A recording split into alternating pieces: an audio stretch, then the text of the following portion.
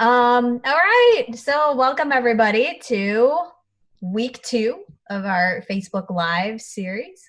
I am Gina Rogers, one of the digital learning consultants at Grantwood AEA, and I will let my colleagues introduce themselves. I am Amber Bridge, also digital learning consultant here, coming at you. And good afternoon, Mindy Carney. I'm moderating the comments today, so make sure you put any questions and let us know that you're here. We're happy that you've joined us. Yes, I feel like this is like Groundhog Day for me because this is my 3rd in a row. So I hope you guys are not getting sick of seeing me out there that are watching us. But you'll see some different faces hopefully this week too. So anyway, we'll go ahead and get started. So today we are going to talk about Wakelet a little bit.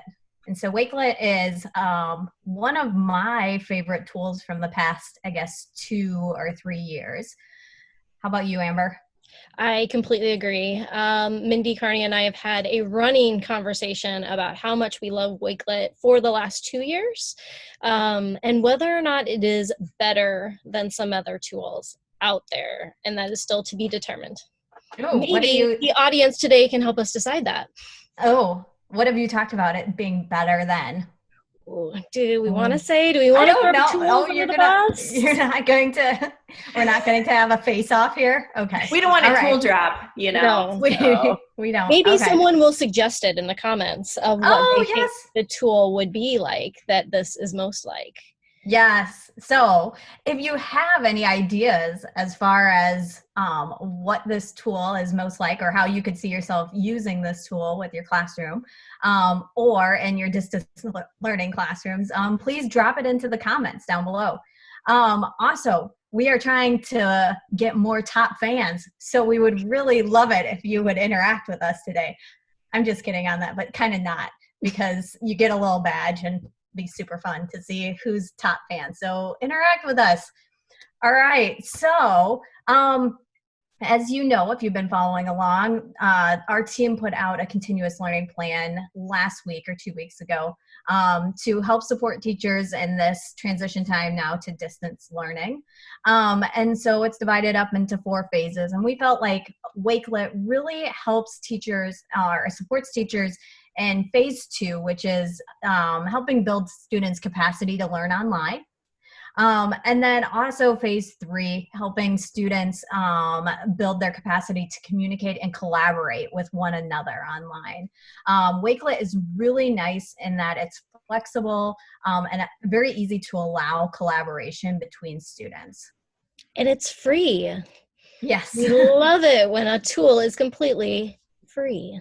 Yes, we love free tools, and this one is completely free, and it's great and very flexible. So should we go ahead and take a look? Absolutely. Let's dive in. All right. So I'm going to share my screen now, and I will show Wakelet and demo some of the different things that you can do in there.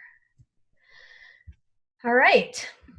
So here we are in my Wakelet. And so I always describe Wakelet as kind of a curation type of a tool. So it's a place where you can collect a bunch of different links to outside resources. You can drop PDFs in there. You can add Google Drive files. And there's even a nice integration between Wakelet and Flipgrid. And so you can create Flipgrid videos in there as well. And so here we are inside of my Wakelet account, and I have mocked up a Martin Luther King example that I'm Gina, let's say real quick too that last Friday we did a webinar on Flipgrid, and so if you don't know or have not heard of Flipgrid, you should check that out. Yes, yes. And I think Mindy's probably dropping in the comments some of the resources to our past Facebook Lives. And so if she hasn't, she's on it right now. I can see her working there. Okay, so I'm going to pull up this Martin Luther King example to share with you all. And so when I create a Flipgrid, a Wakelet, the first thing that I would do is add a image to it that is like a header image. And then down below here, you can see that there's some different types of elements that can be added to a Wakelet collection. And so you can type in a text box to add some directions or instruction. You can link out to internet articles. You can embed YouTube videos in there. There's a little video here on the side. I'm going to move me out of the way. Of my Flipgrid our video that I created. We'll take a look at that in a little bit.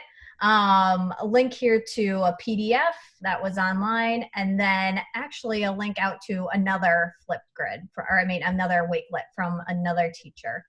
So I'm going to go ahead and, Amber, you look like you have something you want to say. I would love to just add in at this moment. So if you're kind of getting a sense about what Wakelet is, it's your opportunity to grab things from around the internet and put them all in the same place. And so if you were having a topic that you were having to guide your students through at this time, you could pull in, as Gina showed, YouTube, websites, your own voice into there as well, to really just kind of make it like a one-page place for students to go without having to send them into the wild, wild west of the internet. Yes. So let's look at how we might edit this collection or edit what we've created already here and add more to it. I'm going to click on this edit collection box.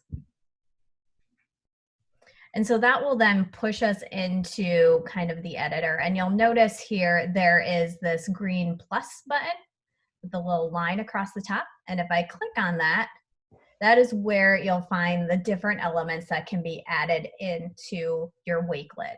And so if you have a URL from a website online, you can drop that in here. You can add a text box right in there and type whatever it is that you want or instructions. Going back to my elements, YouTube videos, bookmarks are things that you've already added to other Wakelets. Images, so pictures, PDFs, Google Drive, there's OneDrive integration too, and then the Flipgrid video as well.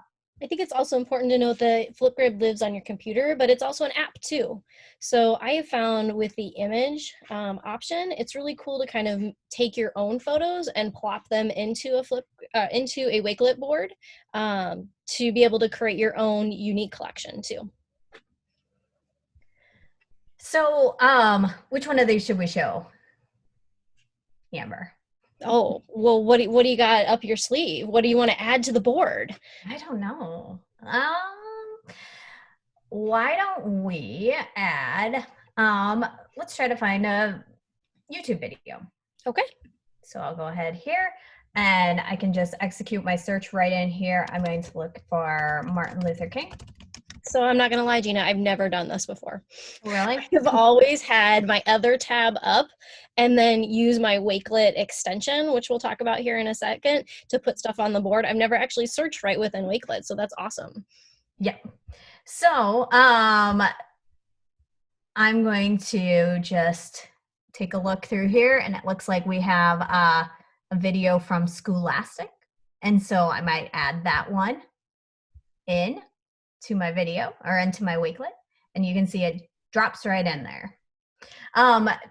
Amber's way of doing this might be the safest way to do it because you'll be able to preview the video ahead of time, of course.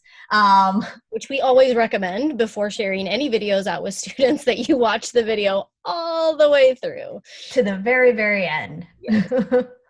So, but I'm feeling pretty confident about this one since the publisher was Scholastic, that it's probably okay.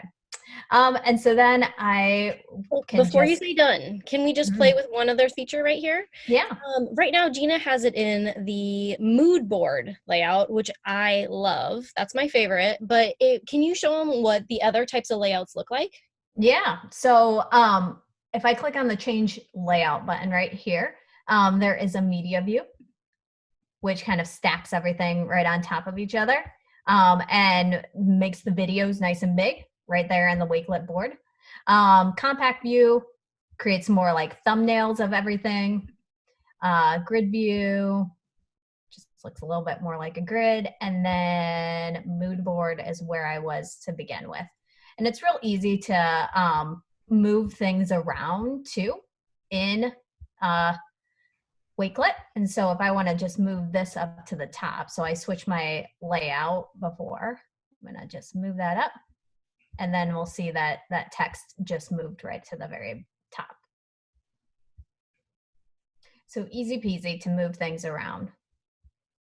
I'll go ahead and hit done on this one. So one really nice feature in Wakelet is that there is some built-in accessibility features. One of those being Immersive Reader, which we modeled last Friday with the Flipgrid demo as well, but that is built into Wakelet too. And so we can see this little icon right here. That's a little book with a little sound icon. If I click on that, it will push me then into the Immersive Reader, where I could listen to that text aloud. So if I click on my play button, and we can hear that. If I go over here to the right-hand side, you'll notice I have my text options, and then my magic wand lets me turn on the syllabication or highlight different parts of speech. And then those reading preferences, that's where you might go to choose a different language to translate into. So just like last week, I'll go ahead and translate into Spanish, the entire document, and then that can be read aloud. So even though we're not hearing it on our end, it is actually reading it out loud to Gina, right? Yes. Sorry that you guys can't hear that. That's okay. I hear it loud and clear in my headphones. Okay, I'm going to exit out of there. This is a nice feature. It actually extends all the way into any web articles that you put into the Wakelet board as well. And so you'll notice this beta right here. If I click on that, it's going to push that article into that reader mode. I'm going to have to move us out of the way, and you'll see that Immersive Reader icon is right here, which will provide us with those same options. And why do we think having Immersive Reader so easily accessible is so important and game-changing? Well, I think that it just makes the task of differentiating for a wide variety of needs for students a lot easier to have that built in there. You know, I don't have to think about, okay, so what is the additional tool that I have to layer in, or what is it that I need to make sure that I teach my kids about? Like, I just need to make sure to demo for them or show them or point out that this feature already lives within this tool. That's my thinking. What do you think, Amber? I completely agree. I think it really ties back into our phase 4 with our continuous learning plan of thinking about differentiation for students. And any student can use that. It doesn't mean that they have a reason they have to use it. Maybe some students just like to have things read to them.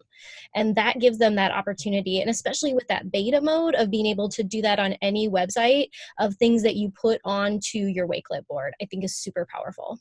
Mm-hmm, for sure. I mean, when we design learning, we should always be thinking about like, you know, the farthest ends of our learning spectrum. And so like how far south, how far north, how far east, how far west we have to design learning for. So thinking about what are all those real diverse needs that we have in our classrooms, and how should we proactively design for those diverse needs. And yet, as a teacher, you don't have to do any part of that. The tool does it for you, which is really cool. Yes.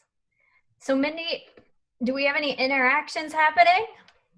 We do, but I think you've answered a lot of them, because I think when you first started talking about curating, a lot of people were connecting that to Symbaloo and to Google Drive and Google Keep.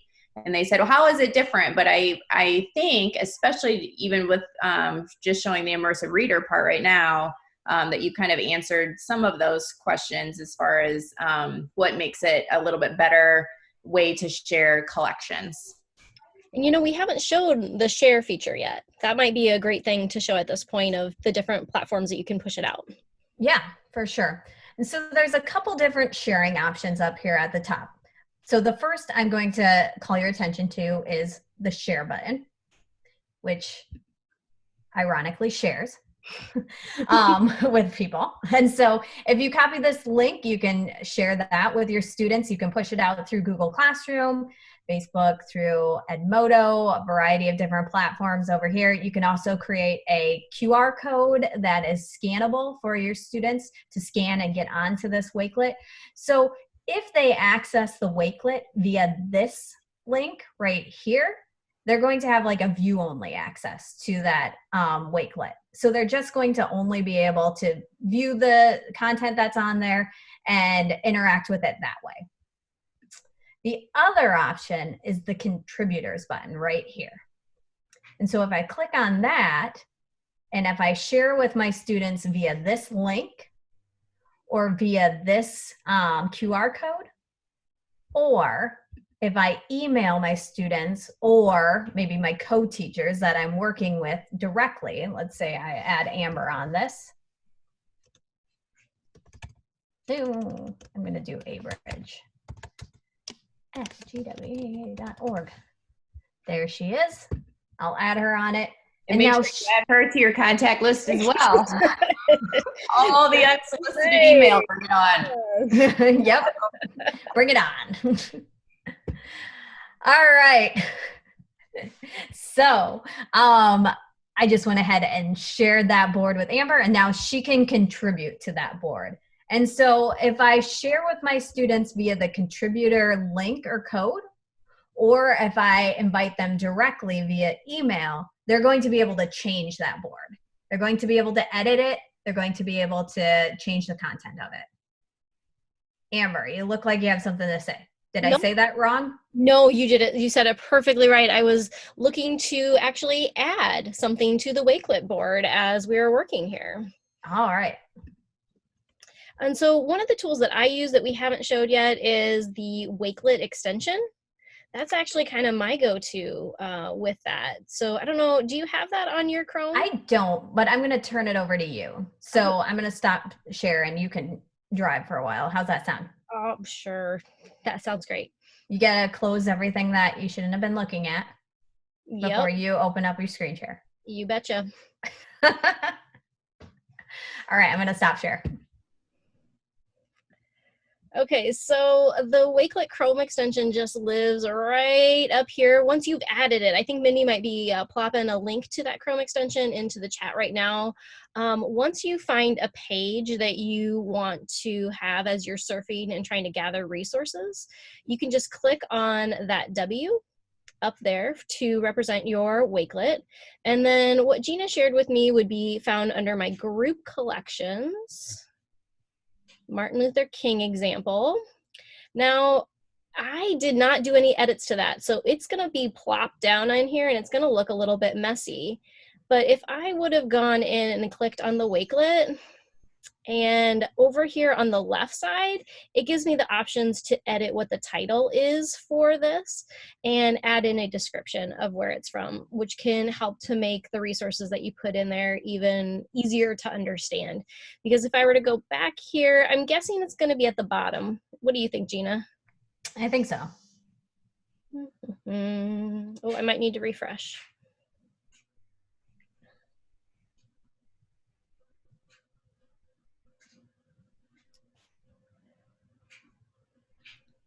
Oh, and I don't see it. That's interesting.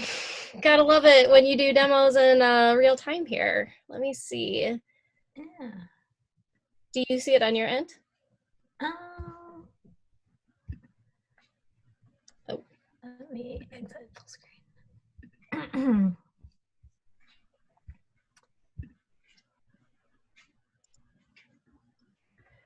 Maybe it's because I still have it open. So let me actually come back here and type in Martin Luther King and put that on my group collections, not in my regular collections, but in my group collections where you're going to find those shared ones, and click on save.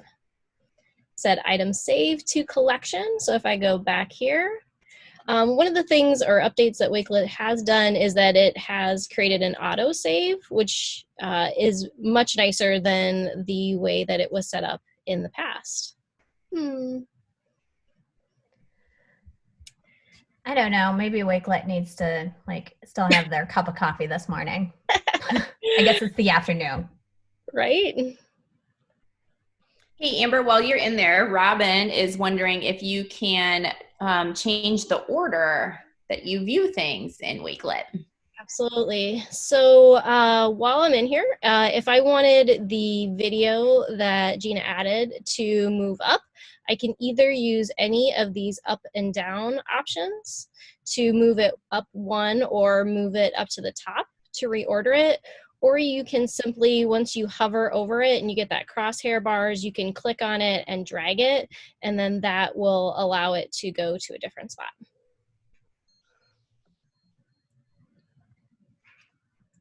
Yeah. So as a teacher, you can reorder things, but a student would not be able to, unless they had the contributor access, wouldn't be able to reorder things. So as a student, you can't say, oh, I want to view this first and move it to the top. You just have to scroll to that point in the page.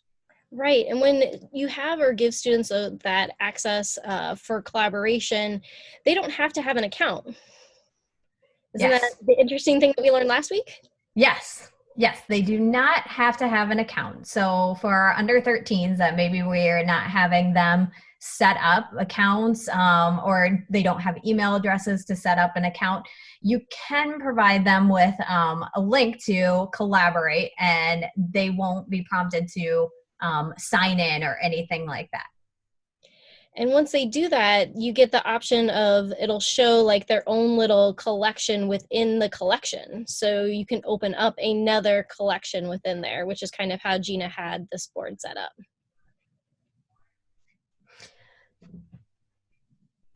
So let's see, what else do we want to show about Wakelet or think about Wakelet? Oh, do we have a little bit about the Flipgrid camera? I know that you guys did a Flipgrid tutorial, but maybe just show a little bit more in there. Sure. So yeah. I'll go ahead and grab the screen here. So I will go as far as I can go with adding a Flipgrid video, and then I'll just kind of show you the one that I created before, because there's at some point in time it's going to crap out just because it doesn't like to record what I'm doing as I'm on the Zoom call. But here I'll go ahead and edit collection.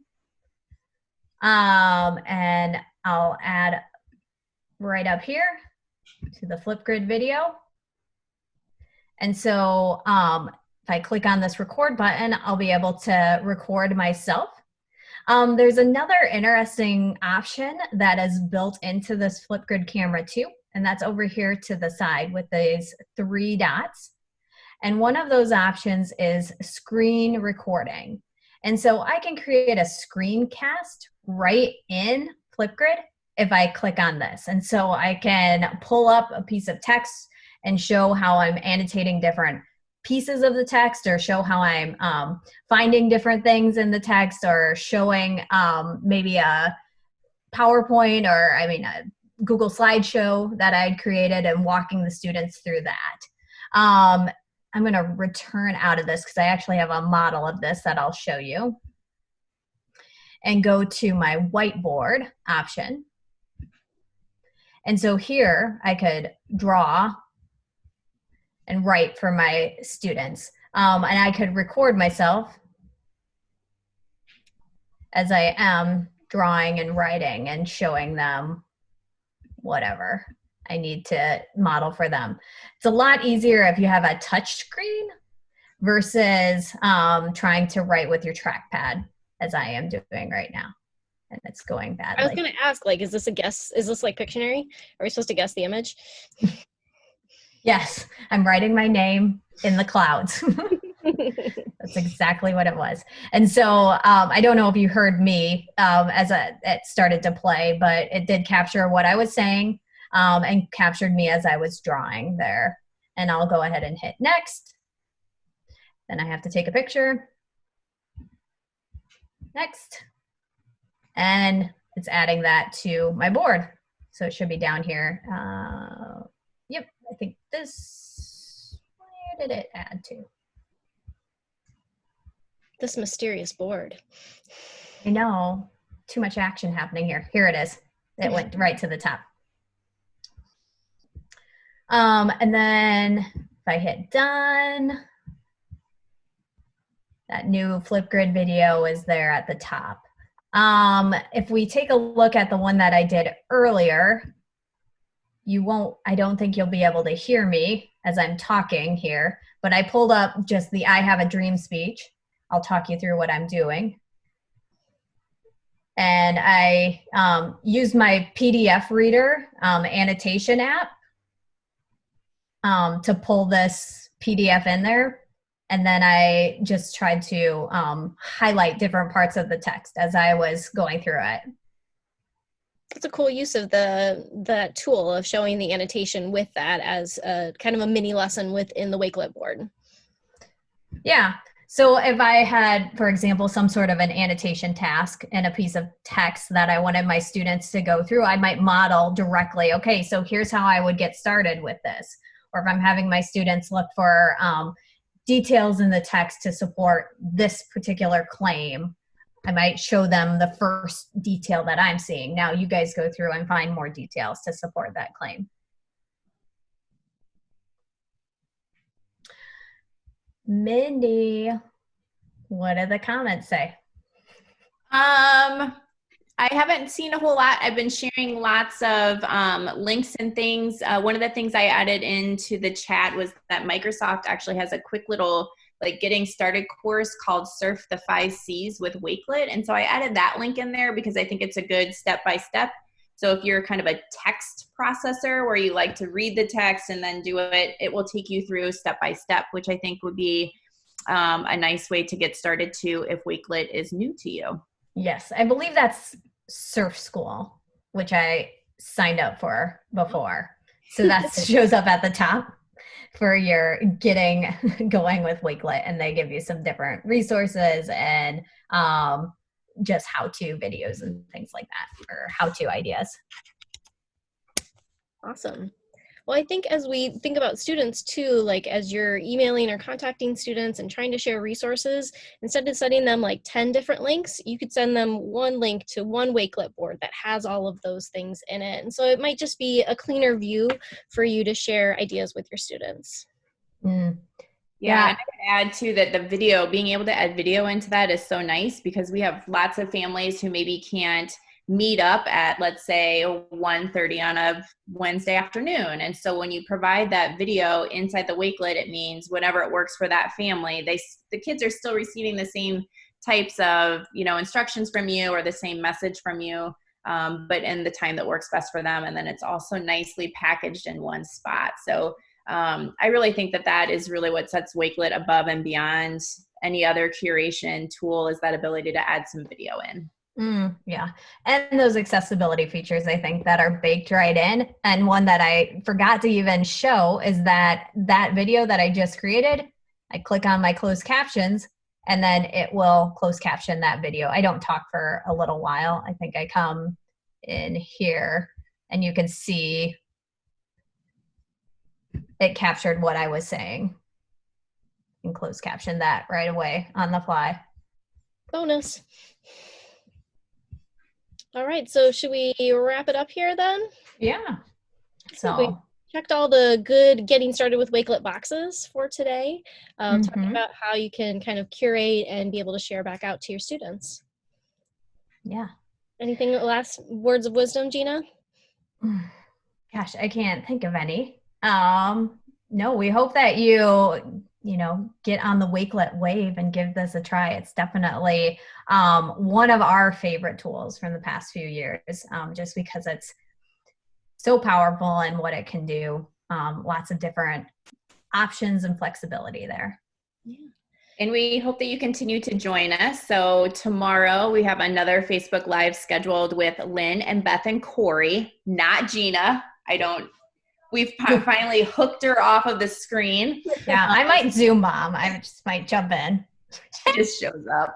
So they're going to be talking about Google Meet tomorrow at, it looks like 3 p.m. So make sure that you join them, and hopefully we'll see you again tomorrow. If you continue to have comments or questions, make sure that you drop that in and we will get back to you as soon as we can.